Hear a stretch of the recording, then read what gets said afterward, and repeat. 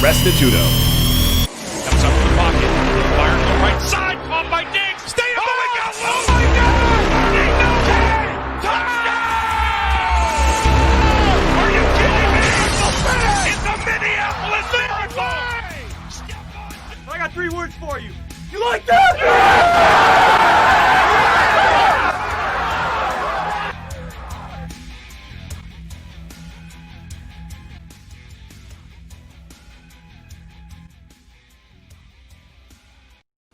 Welcome to the Rest Stop. It's Thursday, January 7th, 2021, our second show of the new year, and we're ready to get it started in great fashion tonight. We got a good guest for you this evening. Arize Ifejika is joining us, CEO of More Than Basketball, founder of More Than Basketball, filmmaker, entrepreneur, and looking forward to talking basketball and many other things with him, and we'll have him right up here shortly.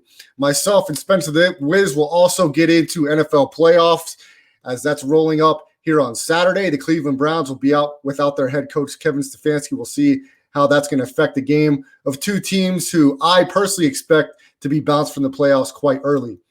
College football championship game, hoping to get started this Monday, but Ohio State rumors are rampant that they've come down in that facility and in that team with some COVID test positives, and we're still waiting to hear how that evolves and if they're able to take the field Monday and have enough players at positions to do that. So that's kind of a day-by-day thing, and that's kind of transitioned over to what's happening from 2020 now into 2021, affecting our sports and taking it one day at a time. The NBA pulled it off really well in the bubble, and they're trying to do it now that they've got the regular season rolled up. So we'll try to touch some NBA lines as well, but we'll definitely hit some NBA with Arize, and we're about to bring him on. But before we bring Arize on, I do want to hit something that's going on here. He's got so many irons in the fire. He's somebody I met at NBA Summer League, I believe it was 4 or 5 years ago. He'll be able to tell me exactly when that was. I believe it was the Lonzo Ball Summer League. But Arize is out in the D.C. area. Like I said, he's CEO and founder of More Than Basketball. We'll talk a little bit about that, but he's a filmmaker as well. He's got a series out, Attention Kills, that he's done here in the past, but more recently he put out a film that I'm trying to finish up here.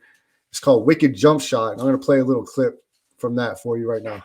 You know, I did everything here in this rec center, so I didn't have to be on the streets. If I was to do the streets, it was my decision to do that.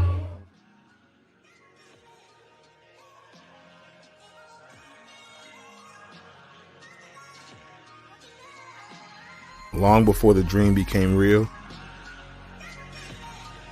before the moments that you'll remember forever, started here, around the way, with hard work, sacrifice, dedication, and a little luck. They made it out.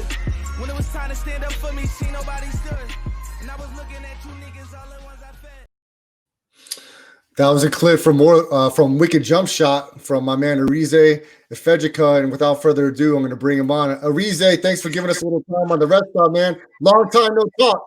Yeah, for sure, man. Appreciate you having me, man. I trying to figure out this whole Twitch stuff and everything, you know, but we're here now. What's the word? Hey, man, look, when was it? 4 years ago we met at NBA Summer League, or 5? Something around. Whatever year was like the most popping one with like Lonzo, De'Aaron Fox, all them, you know what I'm saying? That it was that one. So I want to briefly tell the listeners out there the story. Briefly the story about, I mean, we haven't linked up in person, I don't think, since then, but we've kind of stayed in touch through social media. No, we did link up because we linked up with Zion and them was playing, remember? Like Zion Summer League. Yeah, I remember. Yeah, that was here recently in the last couple years. Yeah, that would have been 2 years. Were you there for that? Was Zion Summer League? I don't think I was. We talked though when you were in town. Okay, yeah. I must have reached out to you and like we talked, but I wasn't there. I was transitioning from the company I was working for that had me out there the year before into kind of some other stuff. So I wasn't actually out there in person. I remember us talking and you were out there. But let me tell you what stuck out to me and because I've been following you on social media and all the stuff you've been putting out is I had to marinate on like, okay, because to me, you just kind of showed up out of nowhere. We started talking, and then, next thing you know, and I'm like, what just happened here? Okay. And so then I was like, you helped me get a couple guys on for the radio show. And then I'm like, man, all right, what's up with this dude? What is this guy all about? And then because I'm kind of a intense thinker, so I like to think things through in depthly, and following some of your stuff, you are as well. And I'm like, man, this guy has got like a sixth sense work ethic, just a grind, and he gets what he wants, and he'll do whatever it takes, and he does not care about anybody's response or reaction. Where does that come from, Arize? I mean, well, really, honestly, it kind of comes from my background. I'm not one to like glorify, like, humble my upbringing and stuff like that. But, when you come from certain circumstances, parents who, came here off a plane, didn't even speak English and had to work their way up. And, in urban America, what I'm saying? This industry stuff is light because, at the end of the day, it's not real smoke behind any of this stuff. You know what I mean? And I made it to this level with no cosigns, with no like God-given, like, 6'10", 7-foot frame or jump shot or athletic ability. It was just all like hustle and, a little bit of luck and a little bit of timing. So, me being in this position is like, I know I earned it. I put my 10,000 hours in. So it's like, at the end of the day, my foundation is solid and I stand 10 toes on everything I do and say. So like when it comes to like industry, like politics and games and kissing the ring or kowtowing to, whoever higher ups, is like, I don't have to play those games because we're in 2020 and you just don't have to do that because all the opportunities and sources that are available to you, all the resources available to you. Arize, talk to me a little bit more about your upbringing, and specifically, did your parents ever sit down with you and what was it? What from the furthest time back? What was the spark? I mean, because you see your surroundings, but some people choose different pathways. What was your earliest memory of the spark that said, you know what, whatever my circumstances are, I'm going to be the author, the alpha, the omega of my destiny. And to me, you epitomize that more than anybody I've ever met, and it's inspiring. It's inspiring because I like to look at people's strengths where I'm weak, and I know where my strengths are, but for whatever reason, it's not some of the strengths that you have with just a fearless fire to get what you want. And that's why I believe that, it's just a matter of time before, you have anything that you could ever imagine. So tell me more about that spark and where it first started from your memory. Well, you mean like in terms of like industry type stuff or like just childhood type stuff? Childhood. So, like I said, childhood, growing up, like I said, with two immigrant parents. My parents are from Nigeria. I'm from Nigeria, but, obviously, it's DC, you know what I'm saying? So kids seeing, my parents didn't really understand about like American ways. Like you can't just put any type of clothes on your kid. You can't just quickly shave your kid's head and send him to school, whatever, when he needs a haircut. Like, it's not like that. You know what I mean? So they're not understanding that at a young age, you know what I'm saying? Like, and then not understanding like me fighting and getting a bunch of fights because kids are cruel. And especially there's already like a separation between like Americans and foreigners, period. As our president has shown that already. But, kids, especially back then, what I'm saying, we're talking about 90s and stuff, like kids not understanding and like having this thing in their mind about like what Africa is, blah, blah, blah. So having to deal with that and having to like basically fight every day, you know what I mean? But not really wanting to tell your parents because number one, you try to protect them. And then two, kind of like being ashamed, not ashamed like of where you come from or who your parents are, but ashamed of like, you don't even want your parents coming to like back to school night or coming to none of that stuff because, they're foreigners are proud people. They're going to wear their native clothes. They're going to talk to each other in their native language, and they're not going to change who they are for anyone. But unfortunately, while they're doing that, is a bunch of kids laughing at them or a bunch of kids' parents like laughing at them, behind, like I might peep it. They might not peep it. So it's like, I'm going to see you in school Monday and I'm going to have to handle that because you're just disrespecting my parents, So it just developing that thick skin. And then like, again, growing up in these environments, it went from from that to like, you know, earning your respect, you know, like on a street level, like even if it wasn't like street activity, just being outside, even on the basketball court, playing basketball, not calling fouls, or, you know what I'm saying, if you call a foul and somebody tells you it's not a foul, you got to get the ball back. Those things lead to fights and stuff like that. You know what I mean? Trying to play with the older kids and not be bullied and not being worked off the court. That stuff comes with, you got to sometimes stand down. Sometimes you got to take a loss for that respect. You know what I mean? So it was like all those things was kind of like what motivated me. So like, I don't know if I'm answering your question or not, but I just felt like that though, living in those two worlds of like, I don't know if you ever heard Drake say like, you know, when I was in Canada, like I was too black. Now in the rap game, I'm not black enough. You know what I mean? It's like, to like my parents and like certain cousins who like never been to America, stuff like that. It's like I'm an American, but like to American people, it's like I'm African. So it's like you having to be in the middle, trying to figure the whole thing out. And like on each side comes with its own stuff. It's like character building because, you know, you have to get to a point where people say, I can't play with this dude because there's going to be consequences. You know what I'm saying? Even if like I win the fight, he's going to come back the next day and try to fight me again if I laugh at his parents or if I laugh at his clothes or his haircut, blah, blah, blah. And then eventually you get older and you're like, okay, I'm old enough to where I can go get some money because I'm 13 years old and I got a 17-year-old or 18-year-old who's willing to look out for me or let me earn it in however way that was, so that I don't have to dress like this. I don't have to have my hair like this. I don't have to, you know, so like all those things are just a part of it, just growing up in those environments we come from. So experiencing that stuff is like, it just makes everything else light. That's Arize Ifejika. You can follow him on Twitter _Arize_. And Arize, what I got out of that, and I love how you told that story there. And if you follow Arize's film work, you can see the storytelling that he does in his movie Wicked Jump Shot and his series Attention Kills. And I'll sum it up like this: like you describe football players, athletes with chips on their shoulder.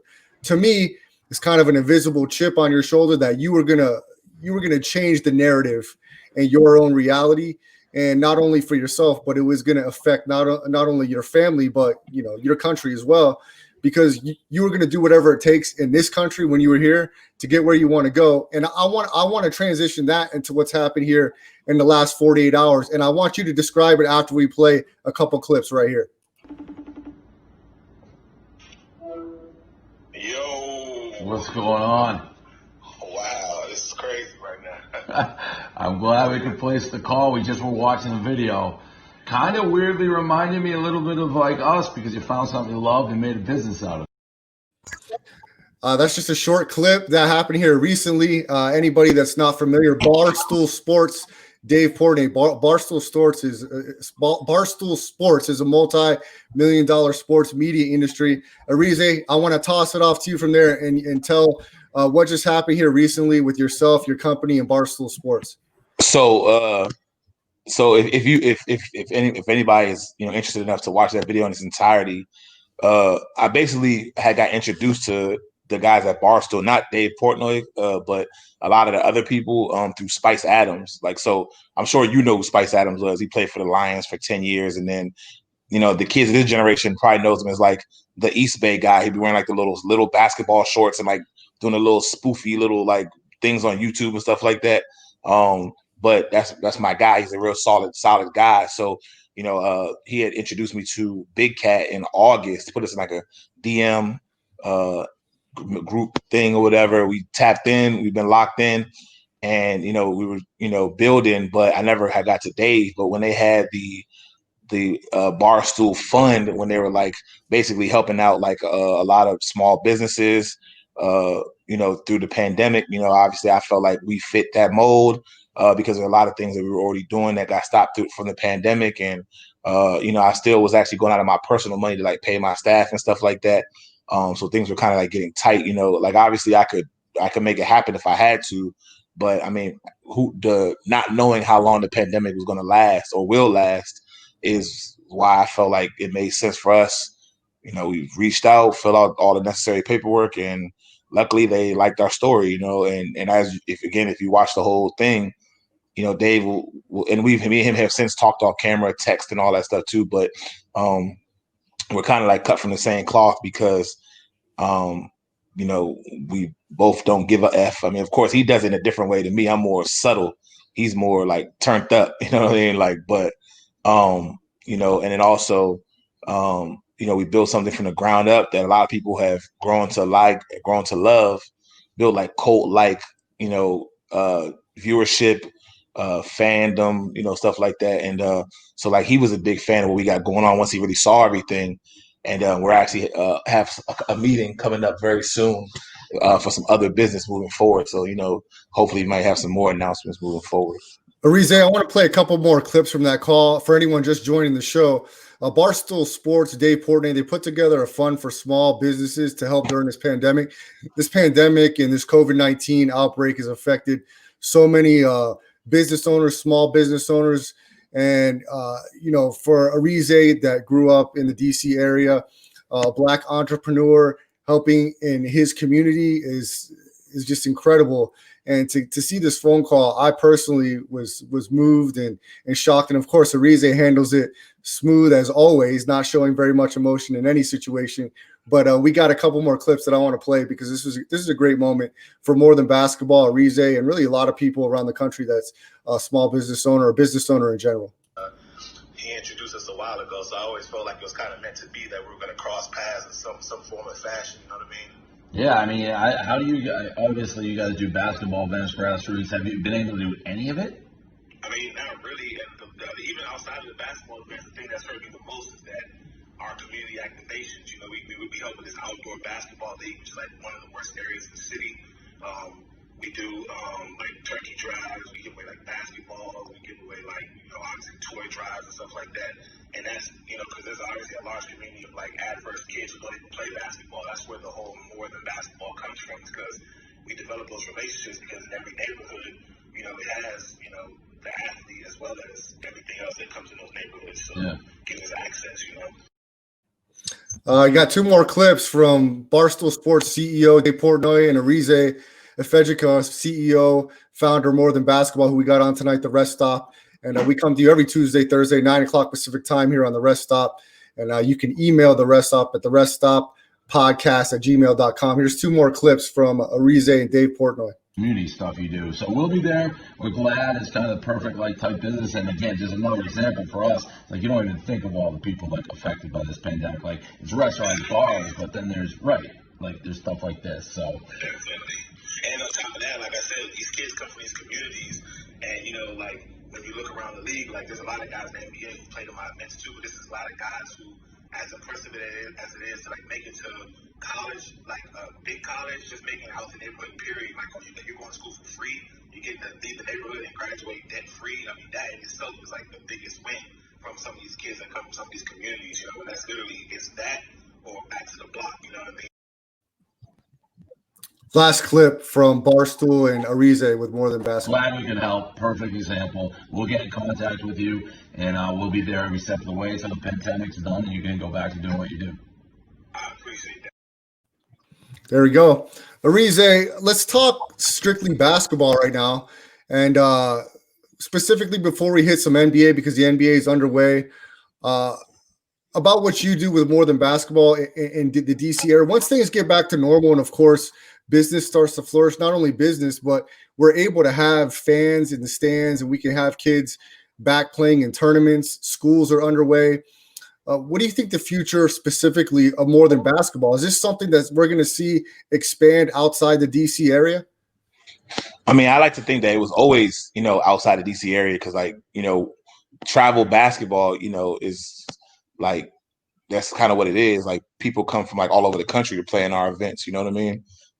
So like I can name like a bunch of NBA players not from the DC area who have played in my events, you know what I mean, who I have a great relationship with to today, them playing in our events when they were in high school. So, you know, I like to think it's always been that. And obviously, you know, with the content stuff, you know, that got us viewership from all over the world. You know what I mean? So I never went into it like really like on some like local stuff. I almost kind of wanted to go into it on some like bringing the world into our world, you know? Like, so just we're hustling from the inside out, but like making it so that like the world is almost the same way you see like in rap, where like you see the whole world like on a Chicago wave or on a whatever, Atlanta wave. It's like you bring the whole world into what you got going on. You know what I mean? Because you make it so that it's translucent. You know what I mean? And it's not, you know, it's not something that's just like, and it's authentic too. You know, where it's like people can see like the authenticity and like who I am, where I come from. And that's why, like, even if I do like give like somebody famous like my ass to kiss sometimes, like because they disrespect, it's like as many people that will like troll me or whatever for it is as many people that will come and say, yo, bro, I was feeling you. I respect how you was coming and like how you held yourself down, because most people wouldn't do that, you know? So I try to like just be authentic and like it transcends, because real is real no matter where you're from. You know what I mean? There you go. Arize, what more specifically, I know what you were saying, but quick question on this. Will we see more than basketball sponsored events like the logo in other cities, like Las Vegas here? More than basketball presents so and so. Obviously, the travel with the tournaments coming in and out, you see a lot of that. But are we going to actually see maybe sponsored events by your company in other cities and other hub locations? I mean, I think anything is possible. You know what I'm saying? Of course, like, you know, but I honestly feel like the reason why I'm not really too worried about like that, like specifically, is because that it almost kind of feels like more corporate, if that makes any sense. Like I'm a real like grassroots guy, because you gotta think it's 2021. You know, you don't really need the corporations per se. It's almost like the rappers with the record label. You really just need the money and the resources, right? Like you don't actually need to that corporate thing. So like, because when corporate interest comes into play, if corporate interest was meant something to me, I probably wouldn't even be successful in business, right? Because people will look at my event sometimes, right? Like our Uptown Hoop Fest, and they look at it and there's no like, when we first started, it was no ranked players, right? It was DC kids playing against like other schools. And like it was a day for like all the kids in the city to come out and hang with their friends or kids from other schools and meet pretty girls from other schools and stuff like that. And their school just played. Like it just so happens the talent in the city elevated to a national level. But initially it just started as something for the city, right? So in the beginning, people will look at that and say, well, there's no nationally ranked players. There's no McDonald's All-Americans, which to a corporation means that it's not worth their dollars, right? Or ad revenue, etc. So, but you turn around and the fire marshals are coming out because it's 5,000 people, 6,000 people. We got to get bigger venues every year. Why? Right? It's because it's a cultural thing. And if you're not cut from a certain cloth, if you're not from a certain ilk, you wouldn't even understand why this is happening. Because on paper, you'll look at it and say, well, there's no NBA players, there's no stars. You know what I'm saying? So why is this popping? Right? So it's culture, right? So if I can't tap in that way, right, it almost doesn't even feel, again, like authentic to me. It almost feels like when I started, it was because I was one of these kids, like not even like the hooper. I was just okay in basketball, but I was one of these guys who was like above the rim, was very like, and of course, like I was very young, but when it came out, so I saw it like TBS on a rerun with like no curse words, but it was like something that was like very, it struck a chord with me, because I remember like the kid who was like the hope of the city, the hope of his neighborhood, who like all the street guys would come to his games, stuff like that, right? And like that doesn't really happen like in mainstream, like with all due respect to like whoever, you know what I mean? Like the kids are just, this is like a different, the NBA is, there's more, they're trying to get more Steph Currys than anything, right? The second generation, his father either played in the NBA or played in some big college and is very successful. It's not bad. That's what you want for your kid. But that like hood story, they're trying to like really push those type of kids out. And that's why LeBron is so important.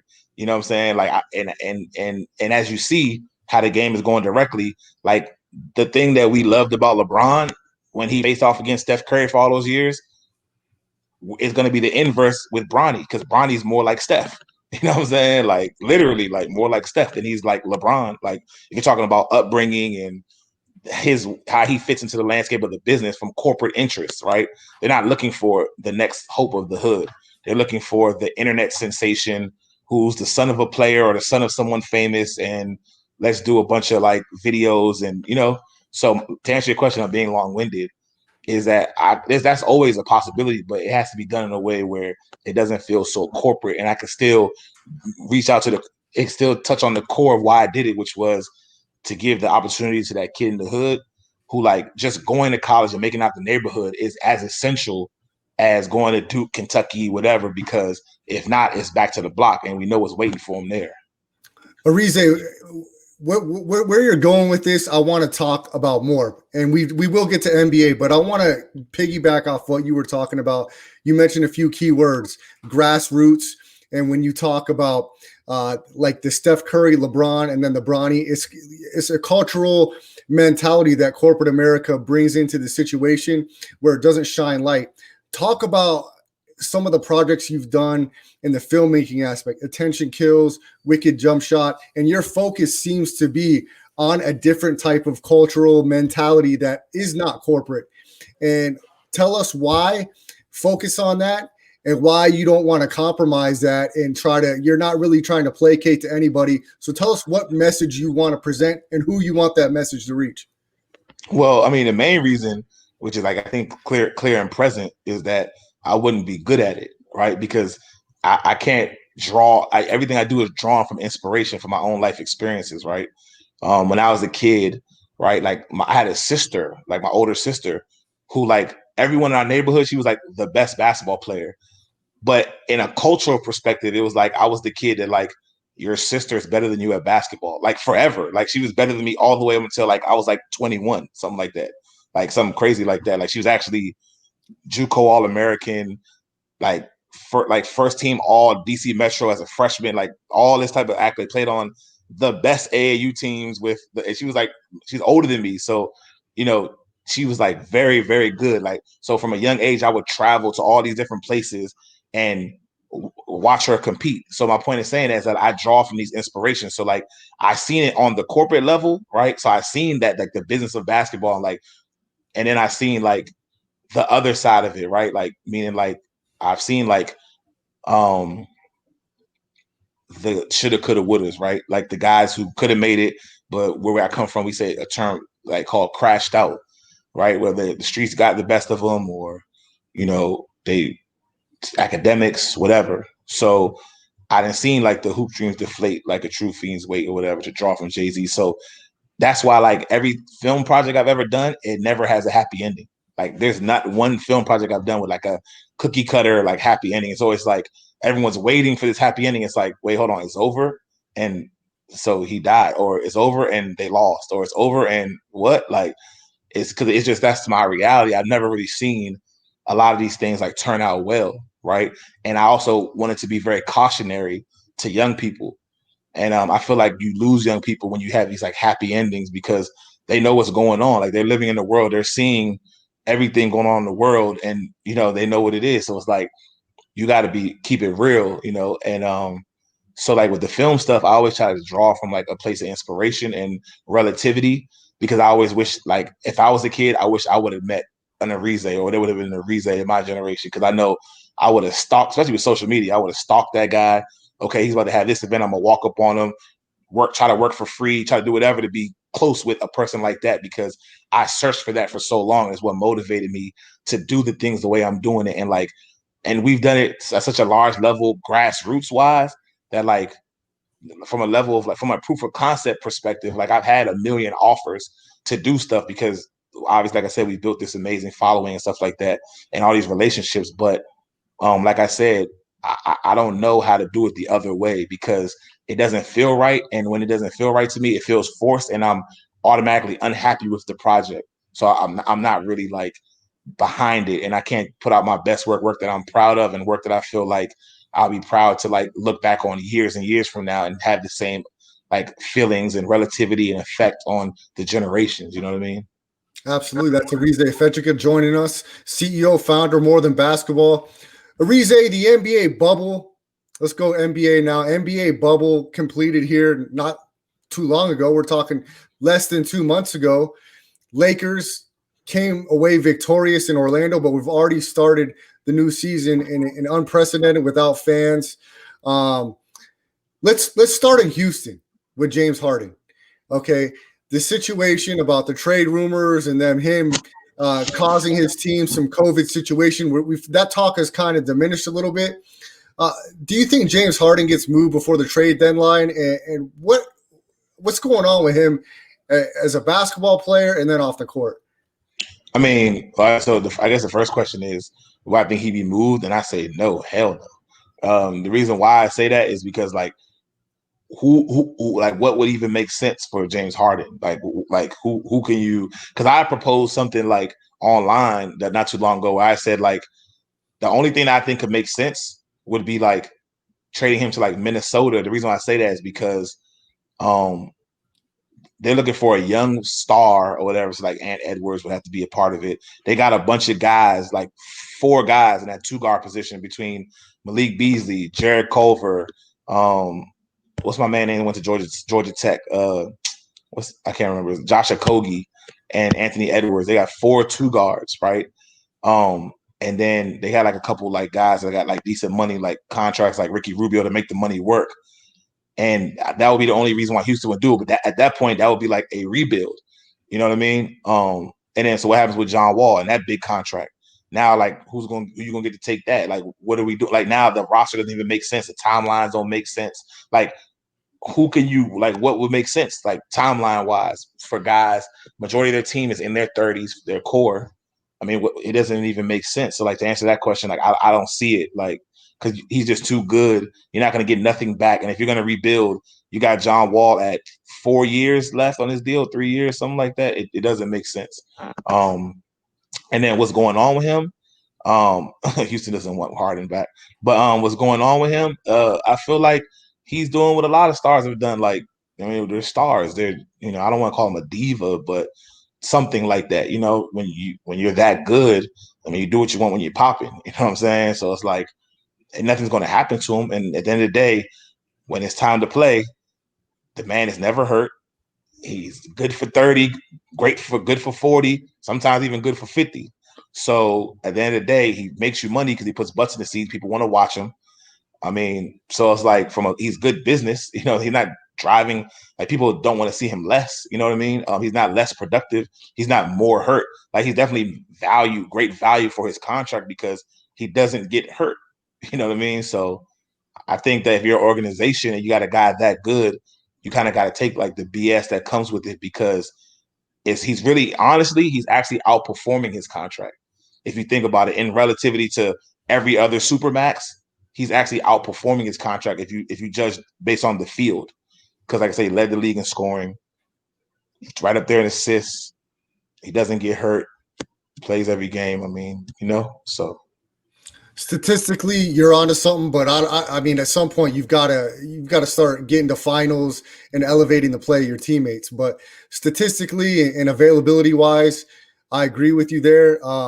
But this is kind of a transition into the same off the court mindset, and I'm curious your opinion because I want to travel over to the East Coast and talk about the Brooklyn Nets, and more specifically, the guys that we haven't seen played in quite some time, now starting to get back in the swing of things, Kyrie and KD. And my question first is with Kyrie. He won his only championship with LeBron in Cleveland. He's done nothing as far as playoffs since then. He's got moved from a team. Some people that on the outside looking in are calling him a cancer due to the fact that he doesn't seem to necessarily get his teammates involved or elevate the play of his teammates.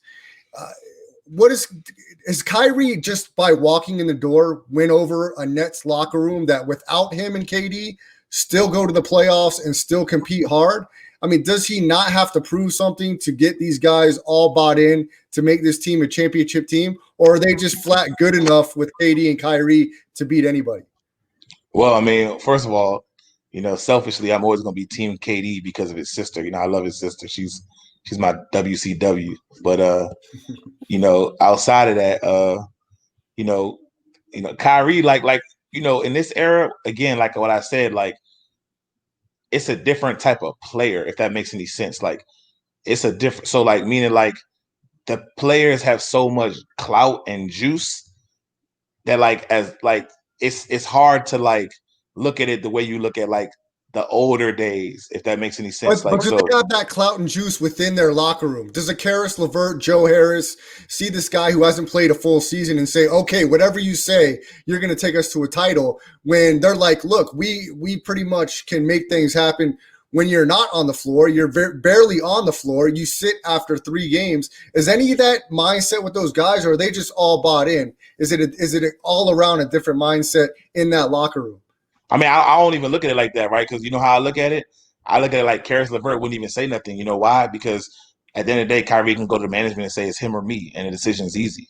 So I mean, like that's how the game is. It's like you're not gonna like. I think Draymond Green said it. Like everyone keeps saying I'm the reason why Kevin Durant left. If Kevin Durant came to Golden State and said, "The only way I resign is y'all trade Draymond," what's gonna happen? You know what I'm saying? Like, so if I'm Karis LeVert, I'm just gonna like fall in line because Kyrie's a big dog, and if Kyrie goes to management and says same thing they did with, I mean, I don't want to say they did it with the coach, but I mean, we all know like they're not gonna fire the coach unless, you know, so like those guys give a thumbs up. So even with hiring the coach, so I mean, like at the end of the day, like those two guys in the locker room, if they're not like on the level of like the Jason Tatums and stuff like that of the world, I mean, it's as simple as like management is him or me, and decision is easy. You know what I mean? Yeah, you talked about a different player these days in this day and age. I feel like in the 80s or 70s, if guy there was no let's go to management behind somebody's back. If No, I there got it, definitely was that though. That's one. That's why I have to disagree with you because guy yeah, Magic Johnson, tell all me those more guys about that. got guys. They definitely got guys fired. Magic Johnson, all these guys definitely got coaches fired, got guys traded. I mean, it's just the difference is that see, like for example, and I'm not saying he's done this, but I'm saying like let's say LeBron, like it was in Cleveland and says I want this guy fired. The only difference was the player would actually stay, but LeBron would say I want this guy gone, and then he'll leave. You know what I mean? So like they're leaving the organizations like like left to like figure it out. That's the only difference. But outside of that, it's like there's nothing. The game is the game. If you're a big dog, you're gonna do big dog things. You know, all these guys have gotten special treatment. You know what I mean? And all these guys, like it just is what it is. And now you're talking about a time where Jordan and were making 3 to 7 million. These guys are making 30 to 40 million. So now it's like, how you gonna talk to a guy like that? You know what I'm saying? Like, what are you gonna tell that guy?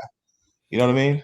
So, is there not like, and I don't mean alpha as far as talent, but I mean as far as mindset, like a fearless mindset where it's like I don't care who you are, what clout you have, I'm here to win. And I'm not, to me, Magic Johnson, yeah, he's known as one of the greats, but I could easily see him, like you said, going behind somebody's back. What about the dog? The dog that he's not going behind anybody's back. He's going to tell you straight to your face, and look, I'm about winning, and this isn't going to fly. Is there not anybody that's got the balls to get in Kyrie's face and say, look, you haven't done anything. You won a championship with LeBron. You've done nothing before or after him. And look, this is how we've got to roll. And it's not going to be with you missing 7-8 games here and then walking in, not passing the ball. I don't think Brooklyn can win unless Kyrie is a little less unselfish at times. I think he's certainly talented enough, but I just think some guys passively will get disengaged if they're not involved. Well, I mean, at this point in Kyrie's career, if somebody ever came up to him and said that, he'd just go request a trade. I mean, like a bigger, better player. Like if him and Kevin Durant had a falling out and Kevin Durant like blah blah blah, okay, well, guess what? Monday morning I go ask for a trade. I mean, that's just the way the game is now. It's just like it's just that simple. It's like you're gonna like it's just how it is. Like I don't even know how to go into detail, but it's just like if you don't keep like same reason why LeBron was ready to give AD his numbers. Same reason why like everybody just knows the agents are too smart. Everyone's on social media. Everyone knows what's going on. Everybody has relationships with the media. That's why everything is leaked out. I mean, everyone's just too smart. So the second a person doesn't get what they want, or the person feels like things aren't going their way, you just saw what Marvin Bagley's dad did. You know what I'm saying? I mean, it's just what it is. It's that's the difference in the NBA today. It's just like at the end of the day, if you're trying to like, and I'm not saying this about Kyrie because of course, like I said, I'm Team Kyrie. I love Asia, but I'm saying with any player, it's like if it's just the game. The guys have millions and millions of dollars. They have generational wealth secured at a young age. So it's like if they're not actually happy, and what you're doing is like by holding them accountable to some is making it to where they can't enjoy the game they love and play at a high level, then the people around them are going to suggest they do what that makes them happy. And that's even like, for example, like Like you look at a lot of guys who like say what you want, like who made to me like the wrong decision, right? And I'm not gonna say any names, but like the guys who like could have went to a winning team and decided to take the money, and now their legacy is not known as being winners. You know what I mean? Because some people just want to be happy. They just want to make money, be happy, and play and get numbers. They're not even like championship. That's cool, but I'm not. So it's just like it's just how the game is. It's just different. Arize joining us. Follow him on Twitter _Arize. Let's keep it in the East Coast.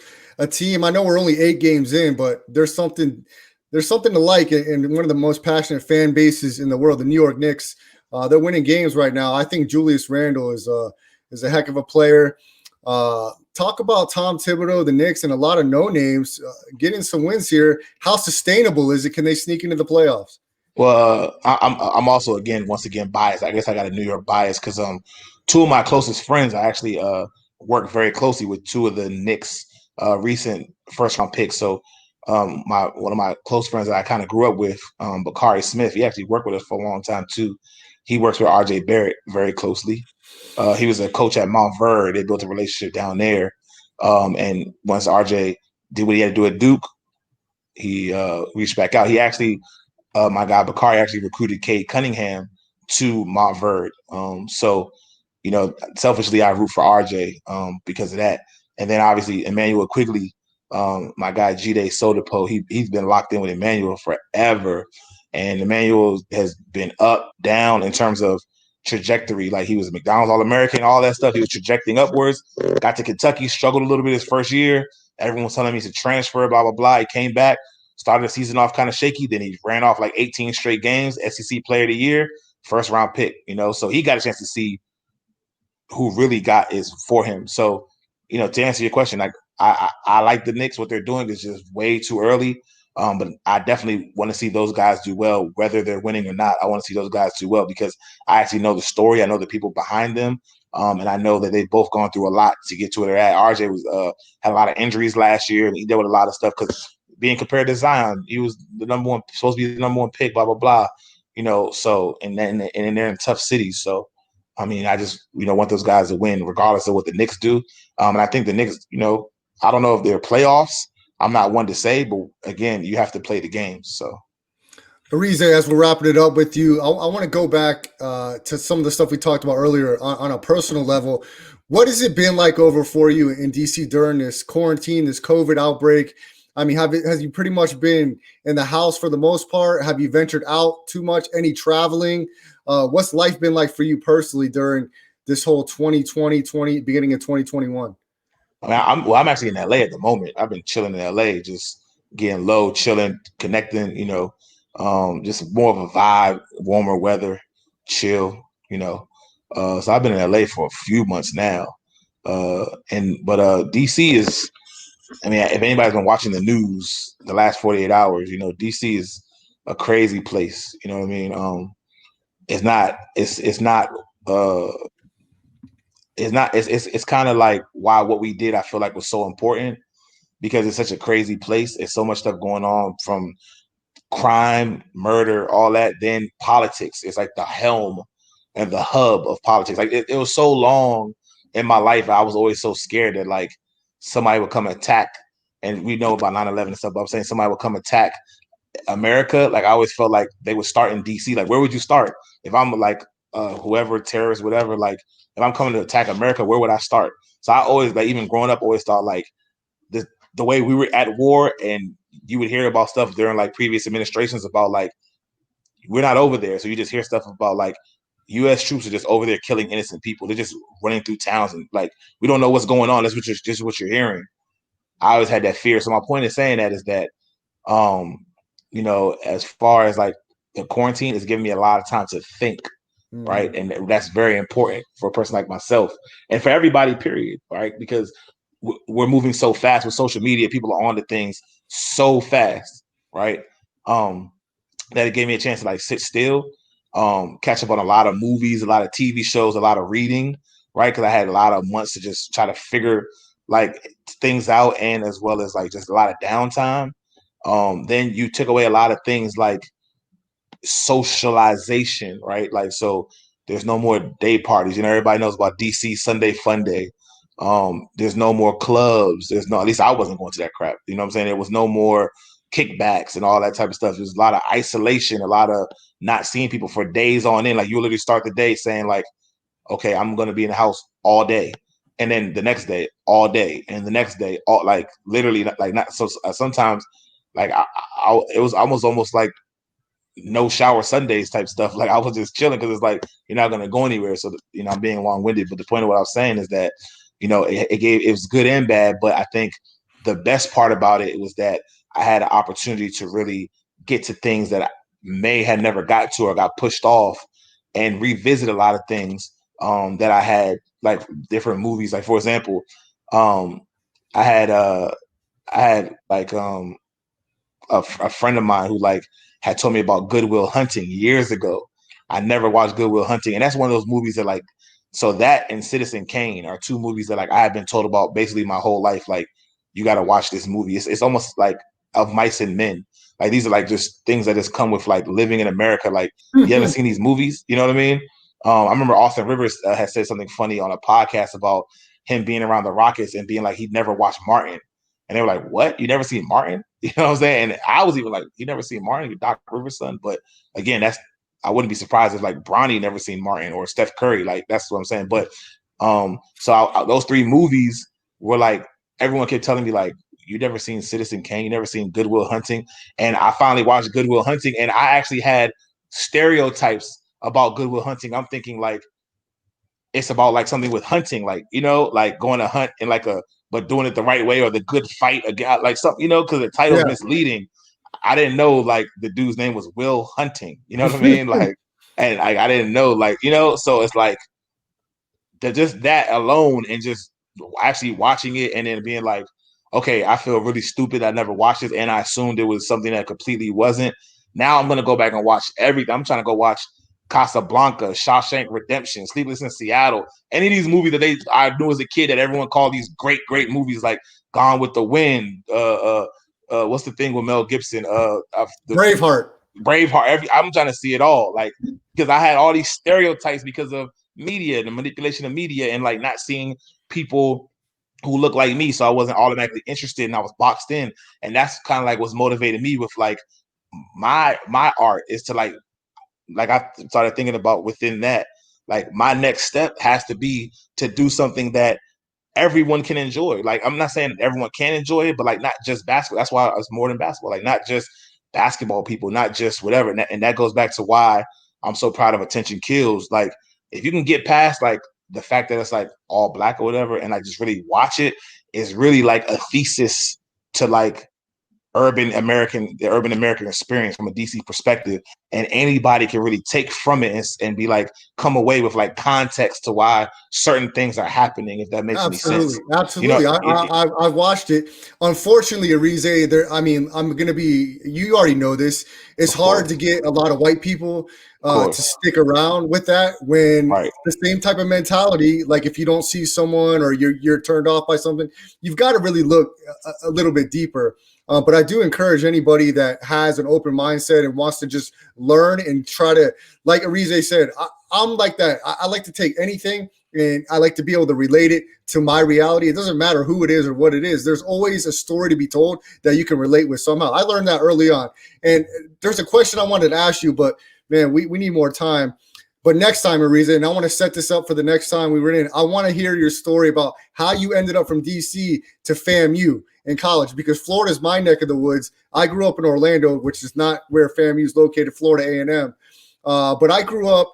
But we were going down to Bethune heavy though when we was in college. We were going down to Bethune-Cookman all the time. But yeah, a guy I played football with in high school went to Bethune, and I thought about actually going there on a minority scholarship, being a white dude. But man, there's a lot for us to talk about, man. I would love to catch up with you some more off this show. And I love what you're doing, Arize, and I appreciate you giving us some time on the rest stop. And now that I know you're in LA, man, you're not too far from where I'm at here in Vegas. So have a great night. Hey, thanks for taking some time, and we'll talk soon, all right? No problem, my brother. Y'all be safe. Appreciate you. All right, Arize. That's Arize Ifejika. Joining us, follow him on Twitter, _Arize_. Spencer the Wiz, jump on here, man. I know we went 50 minutes, but what did you take from that conversation? Anything? And I encourage you, as a big basketball fan, Spencer, you've got to check out Wicked Jump Shot, man. I mean, there's a lot of guys on there you're going to know, in the storytelling in that. You're going to love it, man. And I would love for us to do a recap of, on this show or on Twitter, of Wicked Jump Shot, Arize's film. He knows a lot of these guys. He grew up with Quinn Cook. A lot of these guys play ball in D.C. You know, Isaiah Thomas is in there. Carmelo Anthony I think he's a Baltimore guy. I don't know for sure, but I believe he is. You got to check that out, Spence.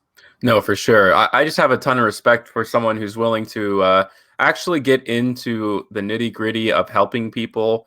I think as just a society or just news in general, people, the general kind of climate of social media is telling everyone what they should be doing and saying that this is the right way to do it. But very few people are willing to actually get in there and on a personal basis, on a one-on-one basis, try to change someone's lives.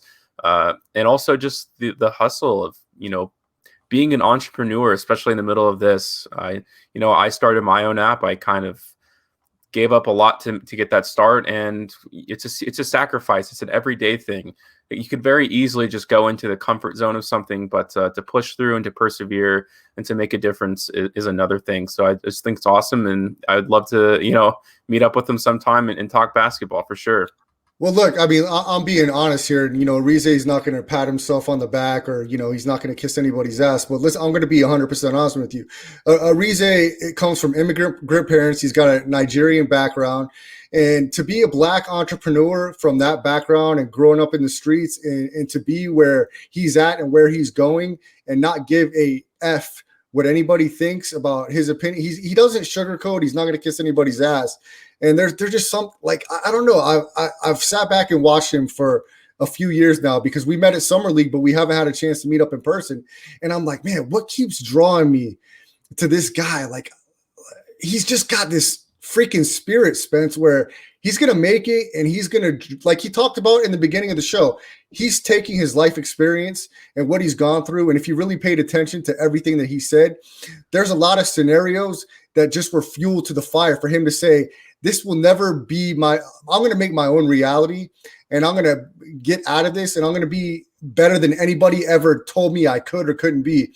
And it's the same sports mentality when you talk about athletes that have a chip on their shoulder, that they didn't get drafted high enough or they weren't good enough. I mean, no, it's a little different. I mean, you're talking about literally, coming from immigrant parents and from really having, not having an understanding of the language from his parents. He's talking about his parents speaking their native language and having to figure it out for yourself.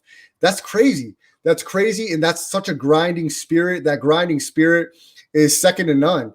It really is. And that's why I think, Arize is just going to be whatever and whoever. And I think he's going to be a household name in the next decade. And I think you're going to look at Black entrepreneurs, and, there's not a ton that are household names.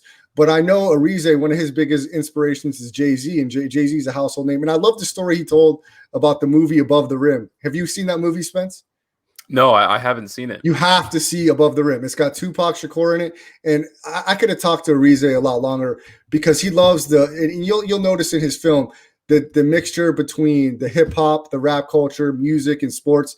And Tupac was in that. And he was an actor for a little while. He was in A Different World. And I know I'm talking to people that probably don't know. And Arize, if you're still listening, you talk about shows and stuff, check out A Different World. That was a late 80s, 90s show around the time the Cosbys was around. It's got some intense stuff. Kadeem Hardison was one of the main actors. And some other people. Gosh, man, it just brings me back some memories. But Above the Rim was a great basketball movie, and it really has a mixture of the street life, the athletic life, and then entrepreneur life. And I wanted to tell Arize and Spence, if you haven't seen this basketball movie, it was the first basketball movie that really gave me a different love for basketball. It's called Hoop Dreams. Have you seen that? I'm not sure I've seen it either.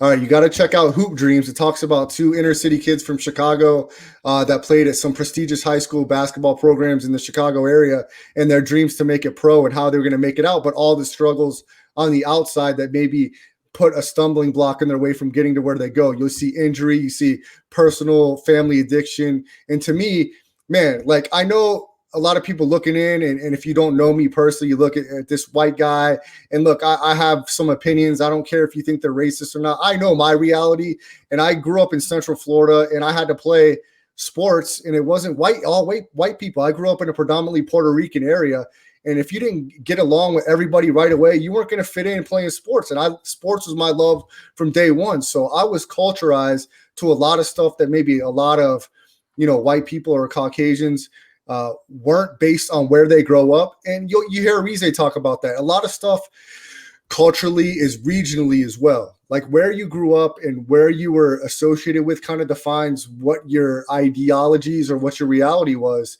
And there's a lot of great stuff out there. And Spence, jump back on here. During this quarantine and stuff, there's a lot of shows and stuff to read and to watch if you're not out and about like some people aren't. But definitely, Spence, put on your list. I know you're a busy guy. Above the Rim and Hoop Dreams, along with Wicked Jump Shot, to your list of sports movies you got to check out.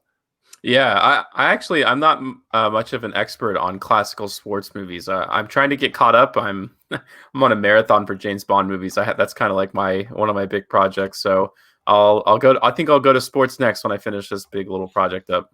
All right, Spence, this took up all of our time. We've got to, here in the last couple of minutes, see if we can fit in some NFL playoff football.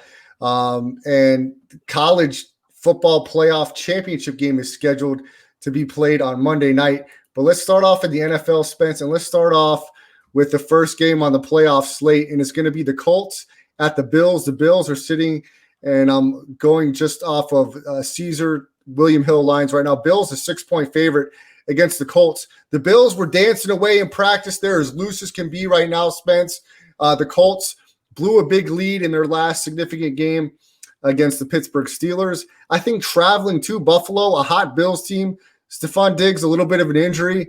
I think the Bills win. I'm not ready to lay the 6, but if you give me a teaser situation, I like the Bills. I'm not going to sit here and say the Bills are going to come in and blow the doors off the Colts, but I do think they win the game. Yeah, this is a tough one. I mean, there's no reason the Bills shouldn't make it. I mean, the way they've been playing this season, but the Colts are nothing to kind of go by. I know they didn't play a great game against the Steelers, having that early lead and then losing it. So we've seen both sides of it. They blow out the Jaguars, but that was expected. So you don't really know what you're going to get out of them. The Bills on the other side have been extremely consistent all season outside of a handful of games here and there. But still, they've had a fantastic season. 6 points does seem a lot. This is more than likely not a. Can't see the Bills, taking them off at more than 7 points. Spence, the next game, Rams at Seahawks. I believe Jared Goff will play. I think you told me that earlier, and it's been reported. I don't care how Walford played in Week 17. I still think he's a better option than Goff, and I'm going to go with that into this philosophy here. I don't think Goff does much, and I think Russell Wilson completely outperforms him. Give me Seattle. I don't like the hook. I'm not going to take the hook. I would definitely add that to a teaser, but I like Seattle in this game, Spence. Yeah, an injured Jared Goff, I don't know. The two matchups they had this season, they didn't look good either. So I guess the idea is like, are they going to play 3 bad games against the Seahawks in the same season? That's the only thing they have going for them. I disagree. Jared Goff did bring them to a Super Bowl before, so we know he's capable of doing it. Now, is he a game manager? Yeah, of course he is, absolutely. But that's about it. I mean, the Seahawks, this is a short line for me. I don't mind the hook in this one at all. Spence also going Seahawks. Bucks, Washington football team. I like Washington football team's defense. The Bucks do have to go on the road. Looks like the weather should be okay. The Bucks have played better lately. They're 8-point favorite. I just don't think Washington can score enough. Give me Tampa -8. I'm going to take the Washington football team for an upset in this one. I just think if the defensive line can get to Tom Brady, we know Tom Brady's not going to be running out the gym. I think Tampa Bay has too much momentum going for them, actually. It seems too perfect. They've played a lot of cushion type of games, and the Washington football team has been fighting for their lives in the past few weeks. We'll see if they can do it. I'll definitely take the 8 points. I don't think they cover that, even if they do lose. Spence, let's fly through these next games. Ravens, Titans. Ravens, a road 3.5-point favorite. Again, I like the Ravens in the teaser, but I don't want to lay the 3 in a hook. The Titans could upset them in this one like they did last year, Spence. There's no reason they can't, right? I mean, they dominated the matchup last year. I don't think the Ravens are significantly better, and I think the Titans have gotten better outside of a few inconsistent weeks here and there. Bears, Saints, Saints -10. Give me the upset. Trubisky, the Bears cover the number. I don't know if they win, but I think Trubisky has a good game. You know what? We talked about it before. It's either they're going to get blown out or they're going to win. I'll go opposite here. I think the Saints carry it going into the next round. And this is, again, it's pretty bad for the Saints who have not played real competition in a few weeks. You don't want that to be going into the second round, but that's what's going to happen. Spence, I like a lot of teasers this week. I would tease a lot of these games both ways. This next one included Browns Steelers. Of course, somebody's got to lose. All this mess with the Browns. I don't think they win, but I think they could stay within the 6. I think the Steelers win by a very short number, by 3. The Browns would not surprise me if they won.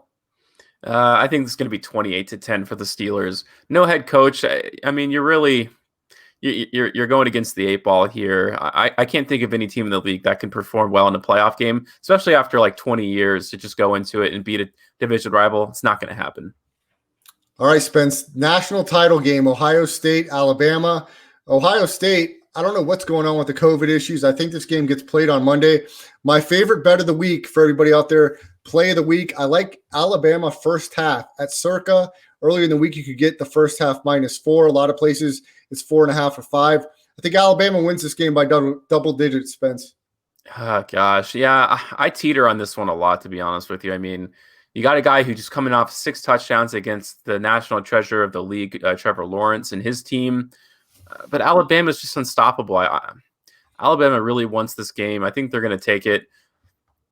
Yeah, I'll take Alabama, but I could see it happening. I mean, this could be another one of those kind of Deshaun Watson type of moments where everyone kind of counts them out, and then the guy who ends up being one of the best quarterbacks in the league really shows who he is.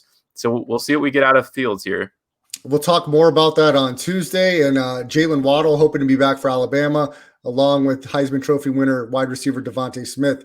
If you missed any part of the Rest Stop, make sure you download the podcast and like and subscribe. Go to Audio Boom, Google Podcasts, Spotify. Search Landry Football Conference Call. The Rest Stop will be underneath there. Follow me on Twitter at Brad the Believer. The YouTube channel, Brad the Believer. Make sure you like and subscribe. All the podcasts will be posted there. The replays, we'll have some new content here on the YouTube channel in 2021. I want to thank everybody for listening. I want to thank Arize, and I want to thank Spencer the Wiz. We'll be back. Have a great weekend. We'll be back Tuesday, 9 o'clock Pacific time. Have a great night.